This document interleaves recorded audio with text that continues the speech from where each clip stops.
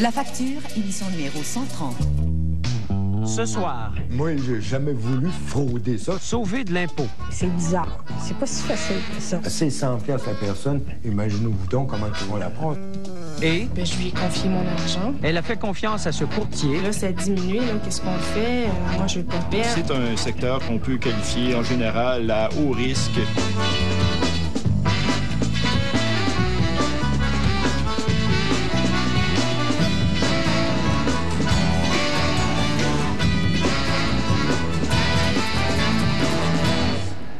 Bonsoir.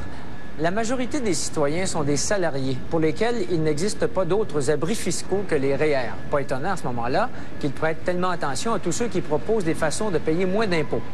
Nous allons vous raconter ce soir les mésaventures d'un contribuable montréalais qui avait faussé ses déclarations de revenus pour payer moins d'impôts. Il a décidé de raconter son histoire. Il reconnaît avoir fait une erreur, mais surtout, il estime avoir été victime d'un pseudo-expert de l'impôt.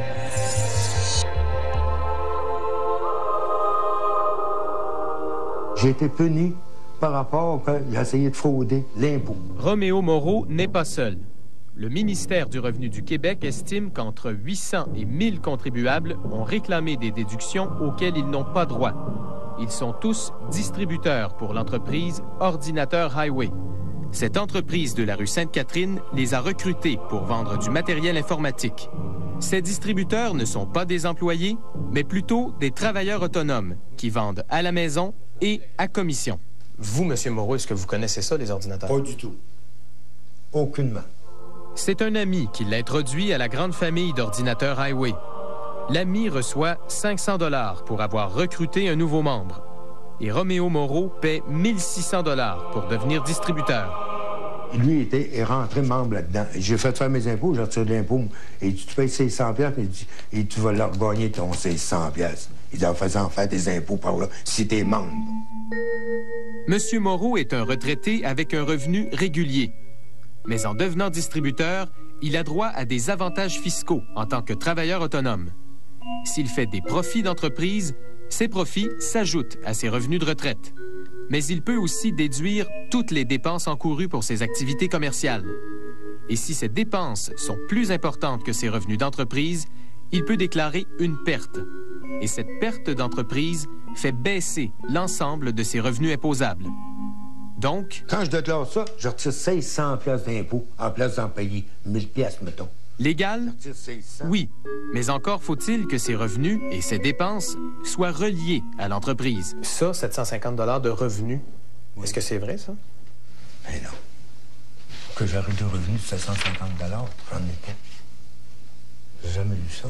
Frais de véhicule moteur, ouais. À l'exclusion de l'amortissement. Donc, est-ce que vous avez utilisé votre véhicule pour pour la distribution de produits informatiques? Pas du tout. Mais toutes ces dépenses-là n'étaient pas des dépenses qui ont été faites pour une entreprise. C'était vos dépenses personnelles. C'est justement. C'est chez Ordinateur Highway qu'un comptable agréé, René Caron, prépare la déclaration de revenus de Roméo Moreau. Il lui calcule une perte d'entreprise de 10 800 $. Il te retire et dit 600 $ quelque chose. Avec les deux impôts, il te retire pas loin de 3000 piastres. J'ai pas rien payé. Je payais 900 piastres. J'ai dit, moi, là. Il dit, non, t'as rien payé. Il dit, on va t'arranger ça. Mais, tu sais, je cachais pas toute l'affaire. Puis, je t'ai embarqué une compagnie avec mon nom. J'étais tout fier de ça. Mais oui, dans votre fort intérieur, vous saviez quand même qu'il y avait quelque chose de bizarre. Oui. J'ai réalisé après, 2 jours après. Mais j'ai dit, là, je vais laisser les affaires aller. Je vais voir si je retire. Si l'impôt se l'aperçoit, ils vont me dire, ben, tu sais, ils m'envoyeront pas de chèque par rapport à que vous avez fraudé, fait quelque chose. Mais non, j'en reçois les chèques. Mais quelques mois plus tard, le ministère du Revenu du Québec met à jour ces fausses déclarations. Monsieur Moreau doit maintenant rembourser 2600 $ d'impôts, plus une pénalité de 1300 $ et 179 piastres d'intérêt en plus. Ça fait combien en tout, ça? Ça fait ça 4138 $ et 32 cents que je lui dois. Vous dites que vous êtes victime, mais dans le fond, quand on regarde ça, vous êtes un fraudeur. Probablement, comme le gouvernement me l'a dit, mais moi, j'ai jamais voulu frauder ça, cette affaire-là. Cet arrivé-là, c'est assez gros, puis il y a bien du monde là-dedans, puis tu montres toutes ces affaires-là. Tout est beau, c'est tout bien présenté. La documentation d'Ordinateur Highway insiste sur les retours d'impôts. Une façon inusitée de promouvoir les affaires, selon la fiscaliste Hélène Simard. On dit roue de secours, retour d'impôt, résultat, récupération de vos investissements, remboursement, revenu ou retour d'impôt. On semble dire soit que c'est profitable. Si c'est pas profitable, tu vas avoir des remboursements d'impôts, donc tu n'as pas besoin nécessairement de travailler parce que tu vas récupérer ton investissement. C'est bizarre. C'est pas si facile que ça, vous savez. À quelle date vous avez acheté votre licence, là, votre permis d'exploitation? Décembre 1997. C'est ça. Pourtant, le comptable inscrit des dépenses couvrant toute l'année fiscale. Bien, il me demande, il dit, vous avez un automobile? J'ai dit oui. J'ai dit, un automobile de l'année. Ah, c'est parfait, ça. Il dit, combien tes assurances coûtent? J'y donne le montant de mes assurances. Combien de gaz que tu gaspilles dans une semaine? Aux distributeurs incrédules, Highway cite une règle fiscale. Le gouvernement ne peut pas déterminer à quelle date précise un entrepreneur commence à dépenser pour sa future entreprise. Est-ce que tu vas au restaurant? J'ai dit oui. Je mange tant par semaine. Mettons, ça va me coûter au restaurant. Donc, je vais faire des voyages. Ah, c'est parfait, on va mettre tant. C'est-tu un remboursement d'impôts qui vendent ou c'est une entreprise qui veut le faire exploiter par l'individu? Et déjà là, bien, ça devient un petit peu... moi, j'aurais été un petit peu sceptique. Ordinateur Highway prépare-t-elle de fausses déclarations de revenus à ceux qui paient 1 600 $ pour un permis? Nous tentons d'obtenir une réponse auprès de l'entreprise. Fermez votre caméra, s'il vous plaît. Sans succès. Après notre visite, Louis Pasquin, l'avocat d'Ordinateur Highway, nous contacte. Si des contribuables ont des problèmes, dit-il, ils n'avaient qu'à faire leur déclaration de revenus correctement. Une réponse trop facile pour Roméo Moreau. J'ai payé 75 pièces à M. Caron pour faire mes impôts. En faisant faire mes impôts, moi, je donne ma confiance à cette personne-là, puisque je connais rien là-dedans. Par l'entremise de Maître Pasquin, la direction d'Ordinateur Highway déclare que René Caron n'était pas un employé de l'entreprise. Highway pourrait même être victime d'actes posés par ce comptable. René Caron nous refuse une entrevue à la caméra, mais réagit à cette déclaration de l'entreprise. Là, je m'aperçois que les gens se sont fait berner par un concept par rapport à des déclarations d'impôts. Puis là, on essaie de me faire supporter le blâme à moi en me disant que c'est moi qui est responsable, c'est moi qui ai gonflé les déclarations d'impôts. Je vous dis que moi, j'ai des avocats en arrière de ça et je ne veux plus être mêlé à ce produit-là. Il ajoute qu'il n'a fait que recueillir les informations fournies par les contribuables. Mais le ministère du Revenu estime que René Caron et Ordinateur Highway sont plus responsables qu'ils ne le prétendent. Le ministère a même perquisitionné les locaux de la rue Sainte-Catherine et tente de prouver que l'entreprise a aidé des contribuables à faire de fausses déclarations. C'est 100 piastres la personne. Imaginez-vous donc comment ils font la passe là-dedans, les autres. Là. Ça fait 2-3 fois que je me fais avoir par des affaires. Par rapport, j'ai pas beaucoup d'instructions. Puis je pense de connaître bien des affaires. Mais là, je m'aperçois que je connais pas grand-chose. Tous les contribuables impliqués dans cette histoire devront donc justifier leurs dépenses, facture à l'appui ou alors rembourser le gouvernement. D'ailleurs, le ministère du Revenu considère que ces gens ont été plutôt négligents que fraudeurs. Quant aux dirigeants de la compagnie Ordinateur Highway, ils viennent de changer le nom de la compagnie pour PCH International et ils attendent les résultats de l'enquête du ministère pour savoir s'ils seront accusés d'avoir aidé des citoyens à préparer de fausses déclarations de revenus. C'est un dossier que nous allons suivre.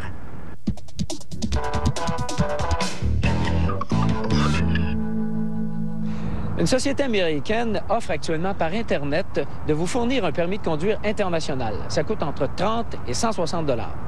Il y a plusieurs personnes qui ont perdu leur permis parce qu'elles ont été prises à conduire en état d'ébriété ou alors qui ont accumulé trop de points d'inaptitude, qui sont tentées par ce permis international qui pourrait peut-être remplacer leur permis de conduire retiré. Eh bien, détrompez-vous. Le permis de conduire international n'est valide que pour conduire à l'étranger. D'ailleurs, les Canadiens qui veulent se procurer un permis international doivent s'adresser au CAA, qui est le seul émetteur autorisé. Ça coûte 10 $ et évidemment, il faut avoir en main un permis de conduire valable. Voici le jeu questionnaire de la semaine. Vous recevez de l'argent en héritage. Est-ce que vous devrez payer de l'impôt sur cet héritage? Oui? Non? Au Québec seulement. La réponse après la pause.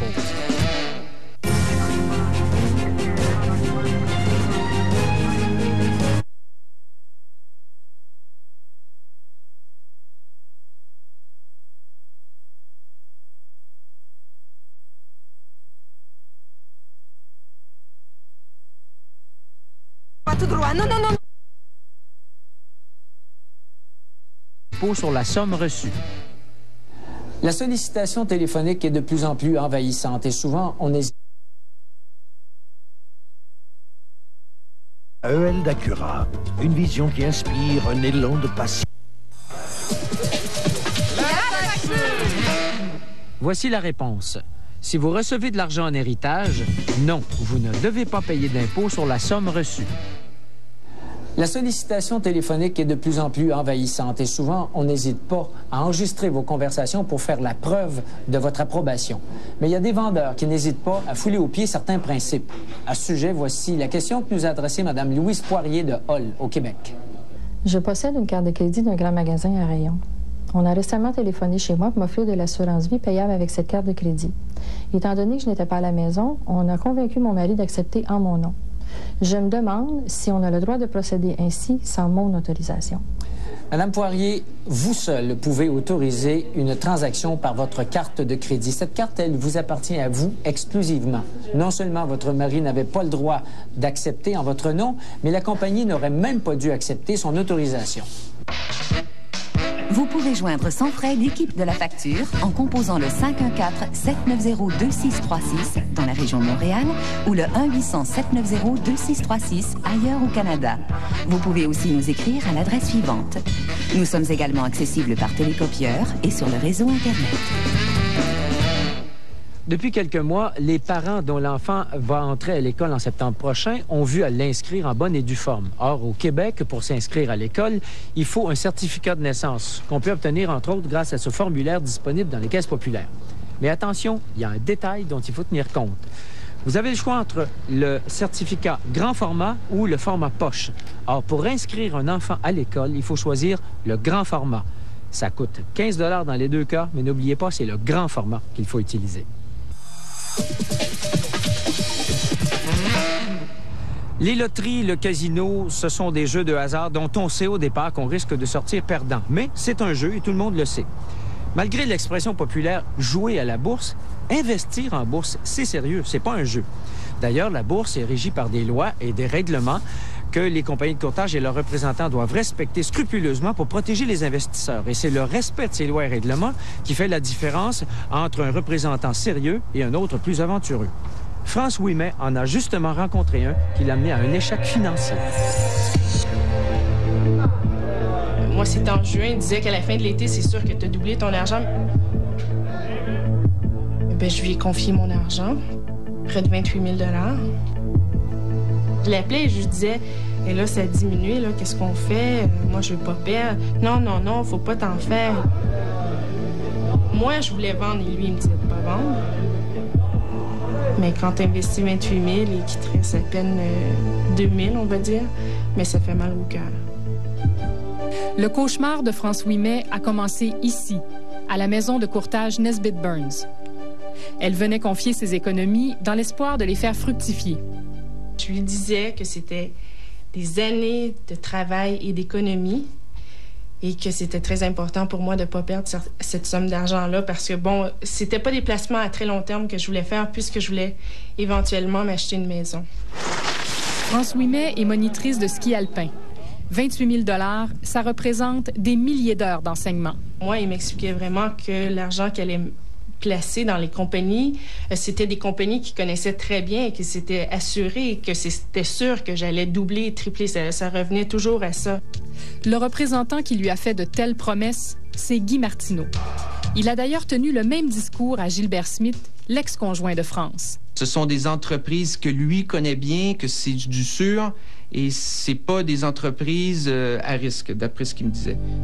Mais quelles sont ces entreprises supposément sans risque dont Gilbert et France ont acheté des actions? Il s'agit de 5 compagnies d'exploration dans le domaine de l'or et du pétrole. Pierre Laroche est professeur à l'École des hautes études commerciales. On lui a demandé de se prononcer sur le secteur minier. C'est un secteur qu'on peut qualifier en général à haut risque et haut potentiel de rendement. Ce sont des titres qui s'adressent à des investisseurs qui ont des tolérances pour le risque assez élevées, plus élevées que la moyenne, chose sûre. Est-ce qu'il vous a expliqué la notion de risque? Est-ce qu'on a parlé de risque au moment où vous l'avez vu la première fois? Non. Pourtant, l'exploration minière est un domaine très risqué. Le risque le plus important étant évidemment de ne pas trouver d'or. C'est ici qu'elle commence à faire ses transactions. Un assistant du professeur Laroche, spécialisé en ingénierie financière, a analysé les titres que détient France Ouimet. En l'espace d'un an, une après l'autre, les 5 compagnies ont piqué du nez. Et aujourd'hui, on parle d'une action qui se transige à 21 sous, ce qui est très loin du 5 $ qu'elle avait atteint. Tant que les dirigeants de la compagnie ne nous auront pas donné des preuves de viabilité, ou est interdit de transiger à Toronto. Là. Donc, elle est suspendue. Là.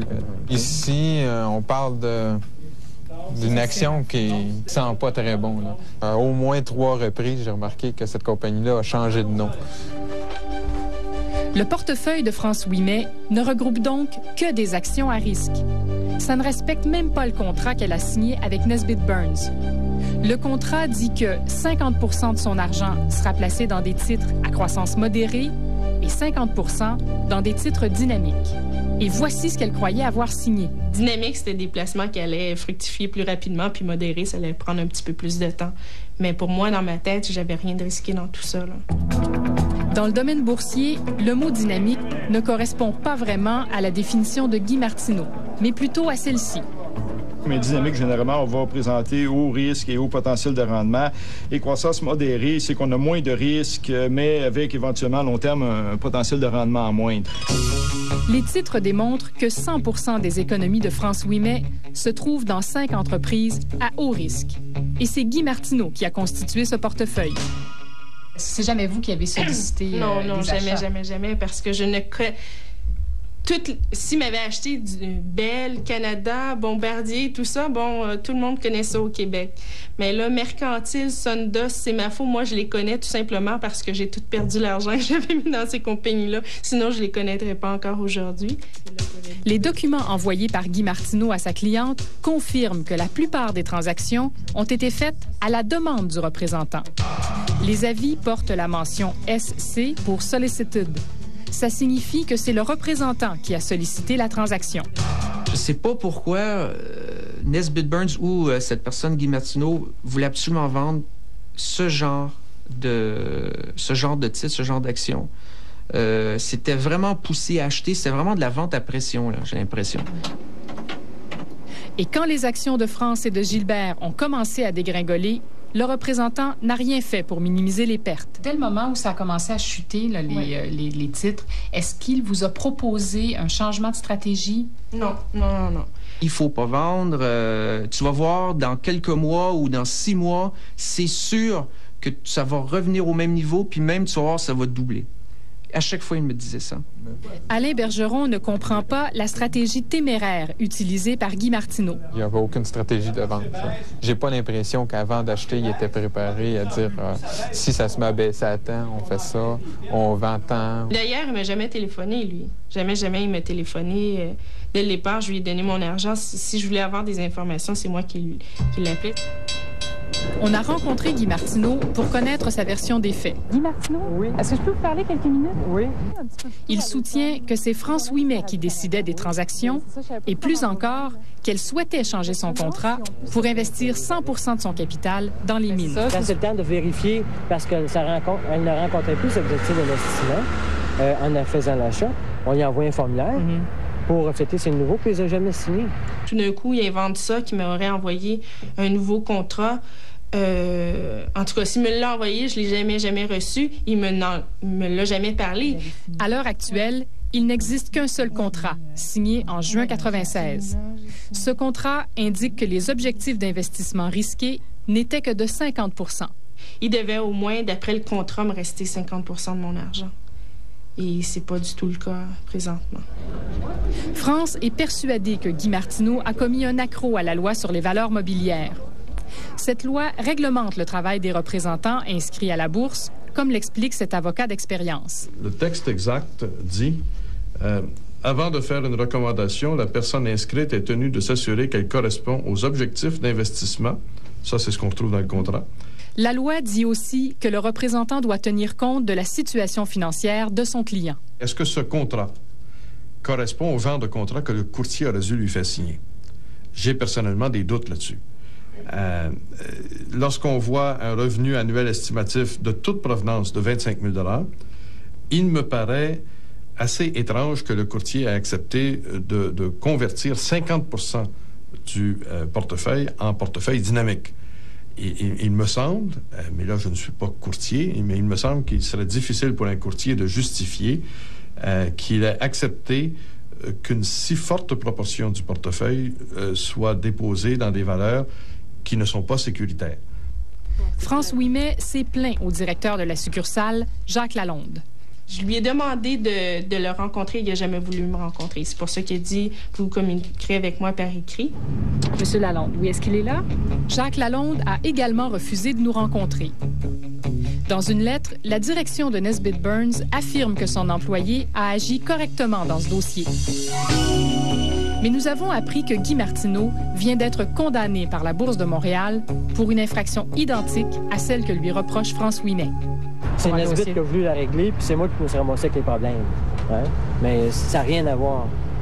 Non, mais c'est quand même vous qui avez reconnu avoir commis une infraction. On m'a obligé de la faire dans le temps chez Nesbitt. Ils disent, écoute, on veut régler ça, on va le faire, puis on va le payer. Mais c'est au niveau, je suis pris à l'emploi de Nesbitt, parce qu'ils m'ont remercié de mes services. Le congédiement de Guy Martineau ne veut pas dire que Nesbitt Burns est à l'abri d'une éventuelle poursuite. Tout ce qu'ils font dans le cadre de leur emploi, Nesbitt Burns est responsable pour les erreurs qu'ils commettent. Ce courtier-là, en tant que tel, il gère l'argent comme bon lui semble et peut-être qu'il est convaincu de ce qu'il fait, mais à l'heure actuelle, il me reste plus beaucoup d'argent.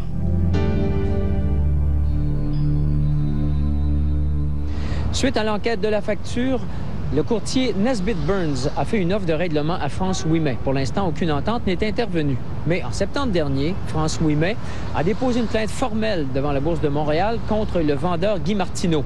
Une enquête est en cours et nous suivons le dossier.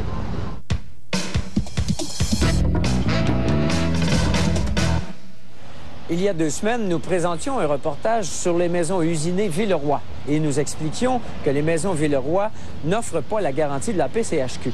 Mais certains ont pu comprendre que toutes les maisons usinées échappaient à cette garantie de la PCHQ, ce qui n'est pas le cas. Certaines entreprises offrent la garantie de la PCHQ, mais seulement lorsque l'entrepreneur assemble et complète la maison sur le site et qu'il agit à titre d'entrepreneur général. Ce qui n'était pas le cas, évidemment, de l'entreprise Villeroy.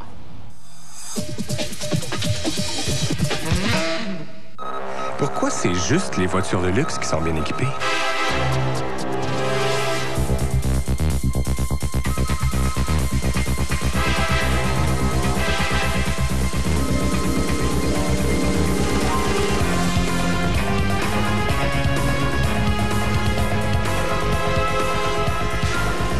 À 299 par mois pour une nouvelle Jetta.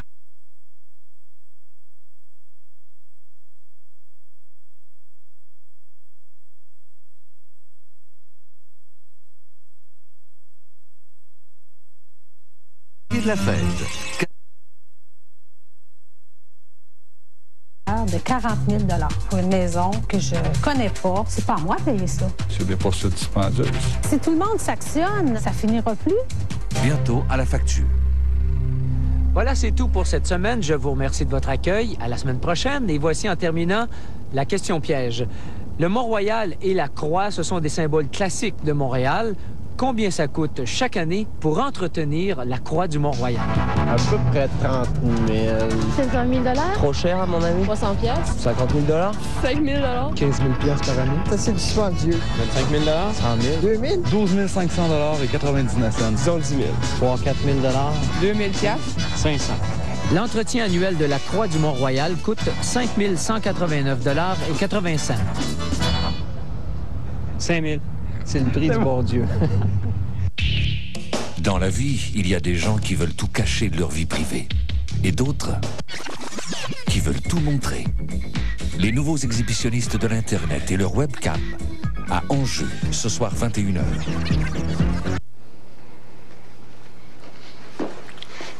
شو مسوي؟ بتحشمي